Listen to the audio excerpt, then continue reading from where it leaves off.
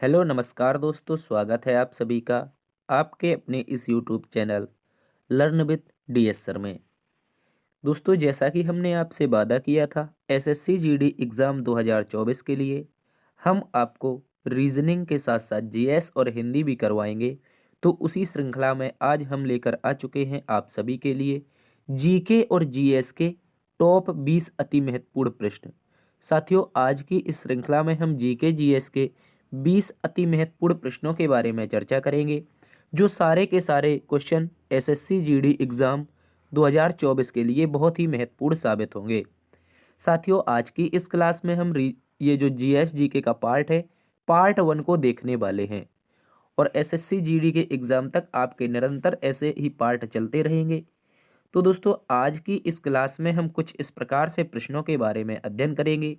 जैसे कि प्रश्न हमारे पास एक दे रखा है कि ग्रेट विक्टोरिया मरुस्थल कहाँ पर स्थित है, इसके बारे में जानेंगे। इसके अतिरिक्त एक प्रश्न और है यहाँ पर कि निम्नलिखित में से किस देश के पास लिखित संविधान नहीं है। तो ये सारे के सारे प्रश्न जो आपके 20 अति महत्वपूर्ण प्रश्न रहेंगे वो एसएससी जीडी एग्जाम 2024 के लिए बहुत ही शानदार साबित होंगे। चलिए शुरुआत करते हैं दोस्तों आज के पहले प्रश्न की तरफ चलते हैं। तो दोस्तों, आज का पहला प्रश्न आपके सामने है। क्वेश्चन नंबर 1 को समझ लेंगे। आप देखिए यहाँ पर लिखा है कि भारतीय संविधान में राष्ट्रपति के चुनाव की प्रणाली किस देश से ली गई है।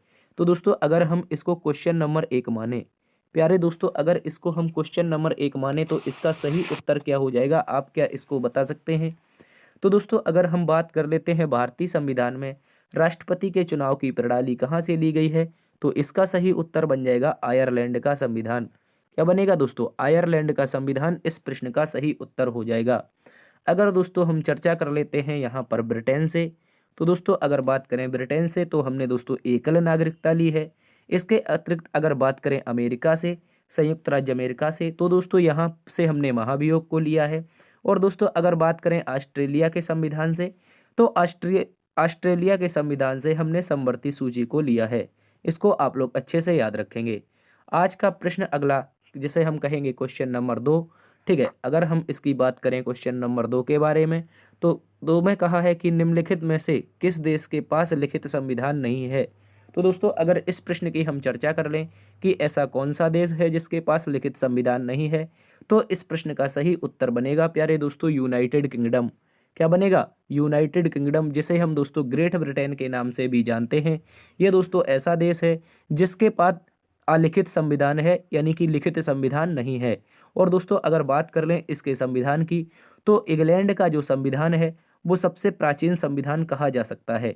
ये लिखित रूप में नहीं है, जबकि ये दोस्तों विकसित संविधान है। कैसा संविधान है? विकसित संविधान है, यह एक लिखित संविधान नहीं है। तो इसको आप लोग अच्छे से याद रखेंगे। और सबसे पुराना संविधान की बात करें तो ये जो अमेरिका दिखाई दे रहा है, संयुक्त राज्य अमेरिका, इसका दोस्तों सबसे पुराना लिखित संविधान है। चलते हैं अगले प्रश्न की तरफ। अगला प्रश्न कहेंगे हम क्वेश्चन नंबर 3 को। और क्वेश्चन नंबर 3 में हमसे कहा है कि निम्नलिखित में से कौन हमारे देश के दोनों सदनों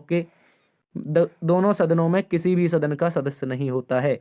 निम्नलिखित में से ऐसा कौन सा विकल्प है साथियों, जिसमें बताना है हमें कि ऐसा कौन है जो हमारे दोनों सदनों, यानी कि संसद के जो 2 सदन होते हैं, राज्यसभा और लोकसभा, उसका प्यारे दोस्तों क्या नहीं होता है? सदस्य नहीं होता है। तो अगर बात कर लें ऐसा कौन व्यक्ति है जो संसद के लोकसभा राज्यसभा का सदस्य नहीं होता है, दोस्तों याद रखेंगे, इसका राइट उत्तर बनेगा राष्ट्रपति। देखिए दोस्तों, राष्ट्रपति संसद का हिस्सा है, लेकिन लोकसभा और राज्यसभा इनमें से किसी का भी हिस्सा नहीं है। इसको आप लोग अच्छे से याद रखेंगे। अगला प्रश्न क्वेश्चन नंबर 4 को देखते हैं, जिसमें दोस्तों हमसे कहा है कि ऋग्वेद का प्रमुख देवता कौन है। तो दोस्तों अगर बात कर लें ऋग्वेद के प्रमुख देवता के बारे में, तो ऋग्वेद में सर्वाधिक बार जिस देवता का उल्लेख है उसका नाम है प्यारे दोस्तों इंद्र। क्या नाम है? इंद्र। याद रखेंगे, इसका सही उत्तर हो जाएगा। और ऋग्वेद के प्रमुख देवता के रूप में इसे जाना जाता है। चलिए बात करते हैं दोस्तों अगले प्रश्न की तरफ। अगला प्रश्न देखेंगे हम दोस्तों यहाँ पर क्वेश्चन नंबर 5 के बारे में। तो क्वेश्चन नंबर 5 यहाँ पर कहा है कि हुमायूं का मकबरा कहाँ पर स्थित है। दोस्तों अगर बात कर लेते हैं हम हुमायूं के मकबरे के बारे में, तो आप लोग इसको याद रखेंगे, इसका सही उत्तर हो जाएगा ऑप्शन नंबर बी, नई दिल्ली। दोस्तों हुमायूं के मकबरा को पूर्व का ताजमहल कहा जाता है। तो हुमायूं के मकबरा से अगर प्रश्न बनेगा तो नई दिल्ली में स्थित है। और दोस्तों इसे क्या कहा जाता है, तो याद रखेंगे पूर्व का ताजमहल। और दोस्तों इसका निर्माण जो था वो हुमायूं की जो पत्नी थी जिसका नाम था हाजी बेगम, उसके द्वारा इसका निर्माण करवाया गया था। चलिए दोस्तों बात करते हैं अगले प्रश्न की, जो हमारे पास क्वेश्चन नंबर 6 के रूप में शामिल है। देखिए यहाँ पर आज नंबर नहीं है, अगली बार से हम आपके लिए नंबर प्रोवाइड करवा देंगे। तो आप यहाँ पर देख लेंगे, समझ लेंगे। क्वेश्चन नंबर 6 की अगर हम चर्चा करें तो यहाँ पर लिखा है कि राष्ट्रपति और उपराष्ट्रपति की अनुपस्थिति में राष्ट्रपति के कार्यों का निर्वहन कौन करता है। तो दोस्तों ये भी एक महत्वपूर्ण प्रश्न है, इस प्रश्न का हमें उत्तर बताना है। यदि दोस्तों हमारा राष्ट्रपति और उपराष्ट्रपति दोनों की अनुपस्थिति हो तो राष्ट्रपति के जो कार्य होंगे वो कौन करेगा। तो इस प्रश्न का सही उत्तर बनेगा प्यारे दोस्तों, क्या बनेगा, तो याद रखेंगे इसका सही उत्तर बनेगा भारत का मुख्य न्यायाधीश। क्या बनेगा दोस्तों, भारत का मुख्य न्यायाधीश ऐसा व्यक्ति होगा जो दोस्तों राष्ट्रपति और उपराष्ट्रपति की अनुपस्थिति में क्या करेगा, राष्ट्रपति के कार्यों का निर्वहन करेगा। चलिए दोस्तों बात करते हैं अगले प्रश्न के बारे में। तो अगला प्रश्न है हमारे पास क्वेश्चन नंबर जिसे हम 7 कह सकते हैं, याद रखेंगे।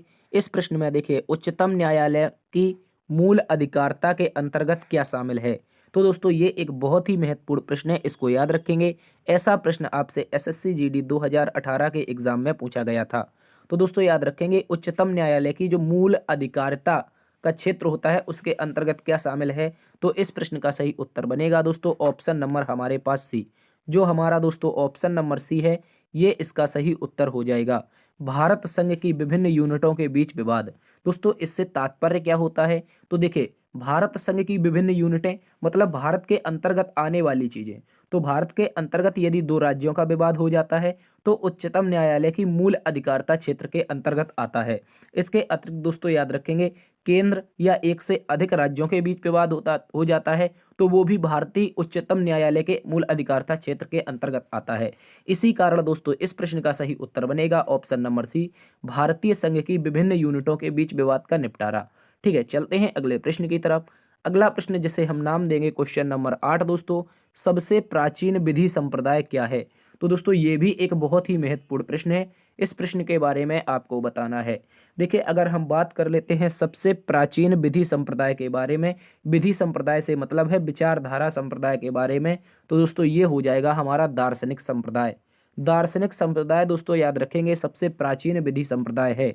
और इसके दार्शनिकों के बारे में आपने बहुत ज़्यादा सुना होगा, जैसे सुकरात एक दार्शनिक थे, प्लूटो एक दार्शनिक थे, अरस्तु एक दार्शनिक थे, या एक्विनास एक दार्शनिक थे। ये सारे के सारे स्टेमलर वगैरह जो दार्शनिक थे ये दोस्तों विधि संप्रदाय के अंतर्गत दार्शनिक संप्रदाय के से आते थे। ठीक है, इसको याद रखेंगे। चलते हैं दोस्तों अगले प्रश्न की तरफ।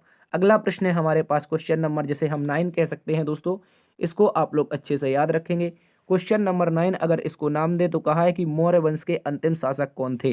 दोस्तों अगर बात करें मौर्य वंश के अंतिम शासक के बारे में तो इसका सही उत्तर क्या हो जाएगा, आप लोग बताइए। देखिए अगर बात करें मौर्य वंश के अंतिम शासक के बारे में तो दोस्तों इसका सही उत्तर बनेगा बृहद्रथ। क्या बनेगा, बृहद्रथ। और मौर्य वंश की जो स्थापना थी दोस्तों ये चंद्रगुप्त मौर्य के द्वारा 322 ईसा पूर्व में की गई थी। तो मौर्य वंश का अंतिम शासक बृहद्रथ था। ठीक है, इसको आप लोग अच्छे से याद रखेंगे। चलते हैं क्वेश्चन नंबर 10 की तरफ। तो क्वेश्चन नंबर अगर इसको हम नाम दे 10 तो यहाँ पर लिखा है तराइन का युद्ध पृथ्वीराज चौहान और डैश के बीच लड़ा गया था। यानी कि खाली स्थान पर कौन सा ऐसा व्यक्ति आएगा जो पृथ्वीराज चौहान और उस व्यक्ति के बीच में तराइन के युद्ध लड़े जाएंगे। तो दोस्तों उस प्रश्न का सही उत्तर बनेगा खाली स्थान पर हम भरेंगे इसमें मोहम्मद गौरी को। किसको भरेंगे साथियों, मोहम्मद गौरी। समय था दोस्तों 1191, पहला युद्ध होता है जिसमें पृथ्वीराज चौहान तृतीय जीत जाता है। उसके बाद समय 1192 का आता है जिसमें दोस्तों मोहम्मद गौरी पलटवार करता है और पृथ्वीराज चौहान को हरा करके बंदी बनाकर अपने साथ ले जाता है। तो इसको आप लोग अच्छे से याद रखेंगे। तराइन का जो युद्ध था पृथ्वीराज चौहान और मोहम्मद गौरी के मध्य में लड़ा गया था। अगला प्रश्न दोस्तों हमारे पास है क्वेश्चन नंबर जिसे हम 11 कह सकते हैं। तो दोस्तों याद रखेंगे रविंद्रनाथ टैगोर ने अपनी नाइटहुड की उपाधि को डैश को विरोध में छोड़ दिया था। यानी कि जो नाइटहुड की उपाधि थी रविंद्रनाथ टैगोर की, ये किसके विरोध में छोड़ दिया था, इस प्रश्न का आप सही उत्तर बताइए। देखिए अगर बात कर लें यहाँ पर इस प्रश्न के बारे में तो यहाँ पर थोड़ी सी कंट्रोवर्शियल क्वेश्चन इसे कह सकते हैं। ये एक बहुत ही महत्वपूर्ण एमसीक्यू क्वेश्चन है। देखिए, जब ये क्वेश्चन एसएससी जीडी एग्जाम में पूछा गया था तो इस प्रश्न का उत्तर एग्जामिनर ने जलियांवाला बाग नरसंहार माना गया था। ठीक है, मैं दोनों उत्तर बता देता हूँ। इसके अतिरिक्त दोस्तों ये इसी वर्ष अभी 2023 में जो एग्जाम हुए थे सीजीएल के, तो उसमें दोस्तों ये प्रश्न पूछा गया था। तो इस प्रश्न का सही उत्तर माना गया था रोलेक्ट एक्ट। अब बताइए इसका सही उत्तर क्या होगा। देखिए, दोनों के दोनों एग्जाम एसएससी के द्वारा कंडक्ट करवाए जाते हैं। एक जीडी का एग्जाम में उत्तर जलियांवाला बाग नरसंहार माना जाता है, जबकि सीएचजीएल के एग्जाम में ये रोलेक्ट एक्ट माना जाता है। तो इस प्रश्न का उत्तर, अब जब ये नया वाला पूछा गया है तो आप लगाएंगे रोलेक्ट एक्ट। क्या लगाएंगे दोस्तों, इस प्रश्न का उत्तर रोलेक्ट एक्ट लगाएंगे, जलियांवाला बाग नरसंहार नहीं लगाएंगे। ठीक है, तो नाइटहुड की जो उपाधि थी उसको त्यागने का कारण याद रखेंगे रोलेक्ट एक्ट। ठीक है, इसको याद रखेंगे। अगला प्रश्न हम देखेंगे क्वेश्चन नंबर 12 को। दोस्तों यहाँ पर अगर बात कर लें, इसके नाम से 12 लिखेंगे। ठीक है, यहाँ पर 12 हो जाएगा, 13 हो जाएगा, आगे हमारा 14 हो जाएगा। तो इन सभी प्रश्नों के बारे में देख लेते हैं। कह रहा है किस देश में ग्रेट विक्टोरिया मरुस्थल स्थित है। तो ये भी एक बहुत ही महत्वपूर्ण प्रश्न है। किस देश में ग्रेट विक्टोरिया मरुस्थल स्थित है। तो इस प्रश्न का सही उत्तर बनेगा प्यारे दोस्तों option number D, Australia. Australia दोस्तों एक ऐसा देश है, एक ऐसा महादेश है कह सकते हैं, जिसे हम मरुस्थलों का देश कहते हैं या प्यासी भूमि का देश कहते हैं। दोस्तों याद रखेंगे, प्यासी भूमि कह सकते हैं या प्यासी भूमि का देश कहते हैं ऑस्ट्रेलिया को कहा जाता है, क्योंकि दोस्तों यहाँ पर 5 मरुस्थल स्थित हैं जो कि विश्व में बहुत ज़्यादा क्या करते हैं, बहुत ज़्यादा प्रसिद्ध हैं। इस कारण इसे प्यासी भूमि का देश कहते हैं। अगला प्रश्न देखिए, बात कर लेते हैं किस पड़ोसी देश को land of the thunder dragon के नाम से जाना जाता है। देखिए दोस्तों, अगर बात कर लें ऐसा कौन सा दोस्तों पड़ोसी देश है जिसको हम लैंड ऑफ द थंडर के नाम से जानते हैं। तो दोस्तों अगर बात कर लें इस प्रश्न के बारे में, तो देखिए यहाँ पर बहुत इंपॉर्टेंट हो जाता है। जो आपका एसएससी जीडी का सिलेबस है वहाँ पर दे रखा है भारत के नेबर कंट्रीज के बारे में। तो देखिए यहाँ पर लिखा है land of the thunder dragon. क्या लिखा है, land of the thunder dragon. तो दोस्तों इस प्रश्न का सही उत्तर बनेगा भूटान। क्या बनेगा दोस्तों, भूटान इसका सही उत्तर बन जाएगा। भूटान में भूटिया जनजाति के लोग रहते हैं, इस कारण इसका नाम भूटान है। इसके अतिरिक्त दोस्तों बात कर लें, यहाँ पर पड़ोसी देशों में आपका बर्मा भी दे रखा है और नेपाल भी दे रखा है। तो दोस्तों जो बर्मा होगा इसको क्या कहा जाता है, स्वर्ण पैगोडा कहा जाता है, स्वर्ण पैगोडा कहा जाता है, याद रखेंगे। जबकि नेपाल को दोस्तों वरद पुत्र कहा जाता है, हिमालय का वरद पुत्र नेपाल को कहा जाता है। Land of the thunder dragon ये भूटान को कहा जाता है, जबकि बर्मा यानी कि म्यांमार को हम स्वर्ण पैगोडा कहते हैं। चलते हैं अगले प्रश्न की तरफ। अगला प्रश्न हमारे पास है भारत में, यहाँ पर लिखा है भारत की सबसे बड़ी मीठे पानी की झील कौन सी है। दोस्तों अगर बात कर लें इस प्रश्न के बारे में, तो भारत की सबसे बड़ी मीठे पानी की झील हो जाएगी आपकी जम्मू कश्मीर में स्थित बूलर झील। कौन सी झील दोस्तों, बूलर झील भारत की सबसे बड़ी मीठे पानी की झील है, इसको याद रखेंगे। जबकि भारत की सबसे बड़ी झील जो कि खारे पानी की है वो आपकी चिल्का झील उड़ीसा में स्थित है, इसको भी आप लोग अच्छे से याद रखेंगे। चलते हैं अगले प्रश्न की तरफ। अगला प्रश्न देखिए, यहाँ पर लिखा है निम्नलिखित में से भारतीय राज्यों में से किस में से कर्क रेखा नहीं गुजरती है। ऐसा कौन सा राज्य है जिसमें से कर्क रेखा नहीं गुजरती है। तो दोस्तों इस प्रश्न का सही उत्तर हो जाएगा उत्तर प्रदेश। प्यारे दोस्तों क्या हो जाएगा, उत्तर प्रदेश। एक ट्रिक होती है गजराम छतझार, आप इस ट्रिक को अगर लिख लें तो बहुत मजा आ जाएगा। ठीक है, गजराम इस तरह से लिखते हैं हम दोस्तों, गजराम, उसके बाद लिखते हैं छतझार। क्या लिखते हैं, छतझार। ठीक है, गजराम छत्रजार और पत्र मिलेंगे। ठीक है, पत्र मिलेंगे, इस तरह की एक ट्रिक होती है, इसको आप लोग याद रख लेंगे तो बहुत मजा आ जाएगा। और सारे के सारे कर्क रेखा के हमारे क्या निपट जाएंगे, राज्य निपट जाएंगे जिन राज्यों से गुजरती है। तो गजराम से गुजरात गज से गुजरात हो जाएगा, रा से क्या हो जाएगा, राजस्थान हो जाएगा, मा से मध्य प्रदेश, छत से छत्तीसगढ़, झार से झारखंड हो जाएगा, पा से यहाँ पर देखिए पा से हो जाएगा पश्चिम बंगाल, त्रा से हो जाएगा त्रिपुरा और मिलेंगे से हो जाएगा मिजोरम। तो दोस्तों गजराम छतजार, तो आपको 8 ऐसे राज्य मिलेंगे जहां पर आपकी कर्क रेखा गुजरती है। जबकि इस ट्रिक में कहीं भी उत्तर प्रदेश का जिक्र नहीं है, तो इस कारण उत्तर प्रदेश इसका सही उत्तर बनेगा जिसमें आपकी कर्क रेखा नहीं गुजरती है। चलिए बात करते हैं अगले प्रश्न के बारे में। अगला प्रश्न है दोस्तों, हिमालय का तीसरा सबसे बड़ा शिखर कौन है। हिमालय का तीसरा सबसे बड़ा शिखर कौन सा है, ऐसा प्रश्न हमसे पूछा गया है।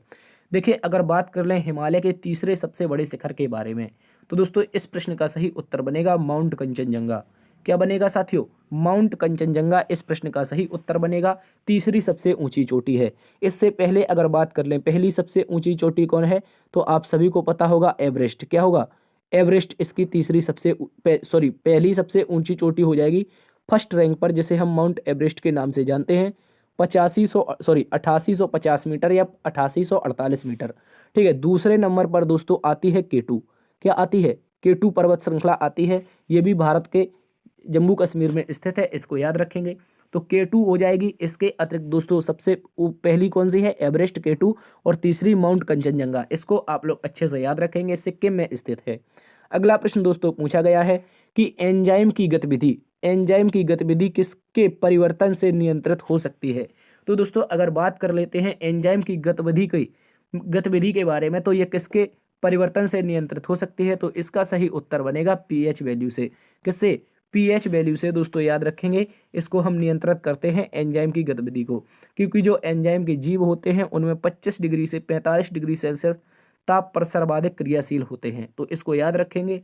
तो इसको अगर हमें क्या करना है, इसकी गतिविधि को क्या करना है, परिवर्तित करना है, तो पीएच वैल्यू का प्रयोग करना पड़ेगा।